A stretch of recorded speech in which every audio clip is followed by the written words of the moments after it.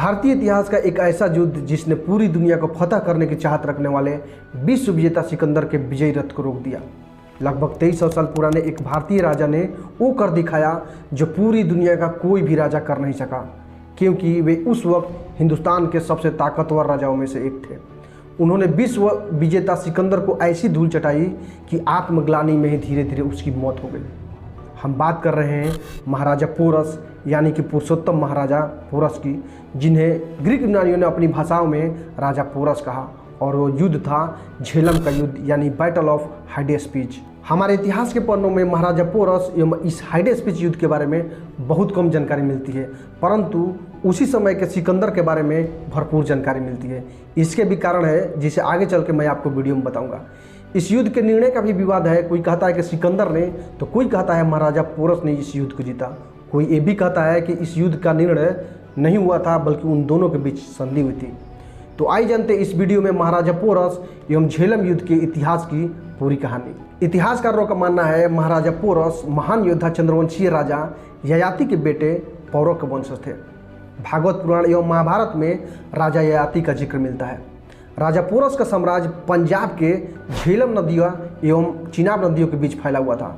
उन्होंने यहाँ 340 ईस्वी पूर्व से 315 ईस्वी पूर्व तक 25 वर्षों तक शासन किया, जो अब पाकिस्तान में पड़ता है। अब बात करते हैं सिकंदर के बारे में। सिकंदर का जन्म 356 ईस्वी पूर्व यूनान के मैसेडोनिया में हुआ था। उनके पिता का नाम फिलिप था और माता ओलंपियास थी।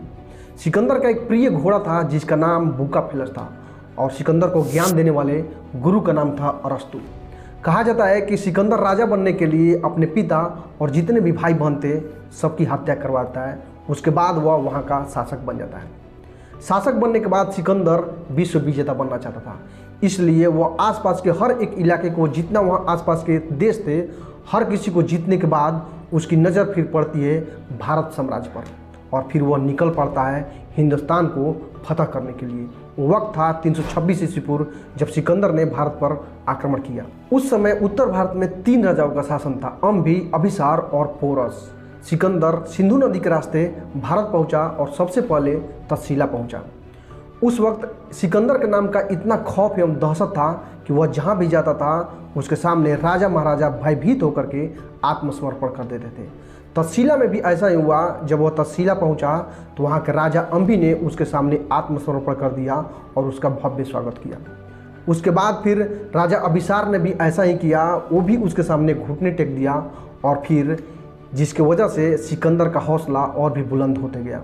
और फिर सिकंदर ने युद्ध से पहले महाराजा पोरस के पास एक संदेश भेजा। उसमें लिखा था कि जिस तरह से अम्भी और अभिसार ने आत्मसमर्पण करके अपनी जान बचाई, तुम भी अपनी जान बचा सकते हो। लेकिन महाराजा पोरस एक वीर और महान योद्धा थे। उन्होंने सिकंदर को खुली चुनौती दी और बोला, अब हमारा सामना रणभूमि में होगा। सिकंदर एक खूंखार एवं महान योद्धा था, जिसकी ताकत के सामने बड़े बड़े राजा महाराजा युद्ध लड़ने से हार मान लेते थे। ऐसे में राजा पोरस का युद्ध लड़ने का निर्णय बेहद ही साहसी एवं प्रशंसनीय था। फिर दोनों की सेनाएं यानी कि पोरस और सिकंदर की सेना झेलम नदी के तट के किनारे मैदान पर एक दूसरे के आमने सामने खड़ी होती है।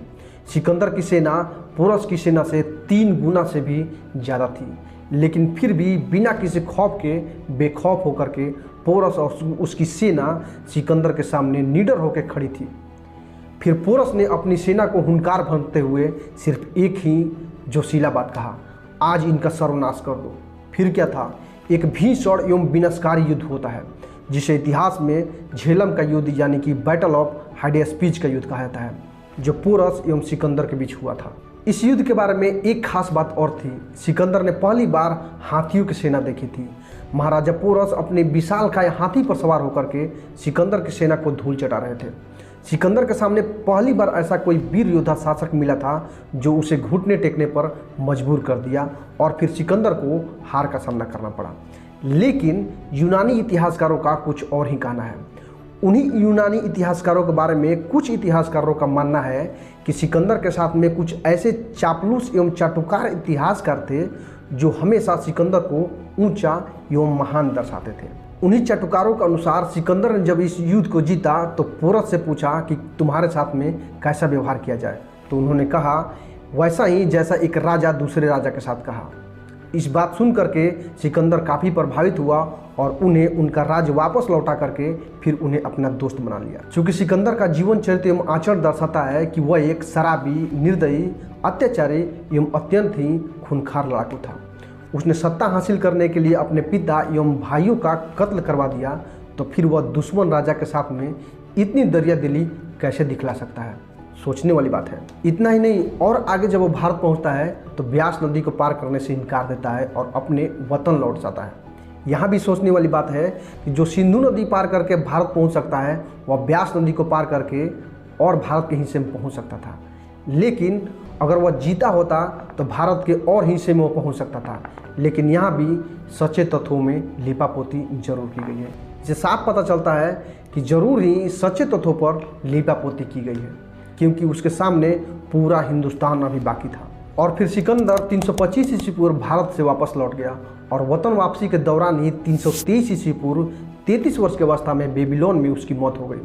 उसकी मौत के बाद कुछ इतिहासकारों का कहना है कि उसकी मौत किसी बीमारी के कारण हो गई, लेकिन कुछ इतिहासकारों का मानना यह भी है कि सिकंदर एक विश्व विजेता बनना चाहता था, लेकिन उसके सपने को राजा पोरस ने चकनाचूर कर दिया। इसी हार की वजह से, इसी हार के बारे में वो हमेशा चिंता मनन करने लगा और फिर आत्मग्लानि में ही रास्ते में उसकी मौत हो गई। विवाद चाहे जो भी हो, लेकिन इतना तो समझ में जरूर आता है कि राजा पोरस एक महान एवं बलशाली शासक थे। उन्होंने दुनिया को भयभीत करने वाले सिकंदर को ही भयभीत कर दिया और फिर उसे मात दे दी। उम्मीद है दोस्तों ये वीडियो आपको इन्फॉर्मेटिव लगा होगा। दोस्तों हमारा ये चैनल नया है और बहुत ही छोटा है, हमें आपकी प्यार एवं सपोर्ट की बेहद ज़रूरत है। इसलिए हमारे चैनल को सब्सक्राइब करके अपने हर एक दोस्तों एवं फैमिली मेम्बर को शेयर जरूर करें। मिलते हैं फिर आपसे अगले इन्फॉर्मेटिव वीडियो में, तब तक के लिए जय हिंद।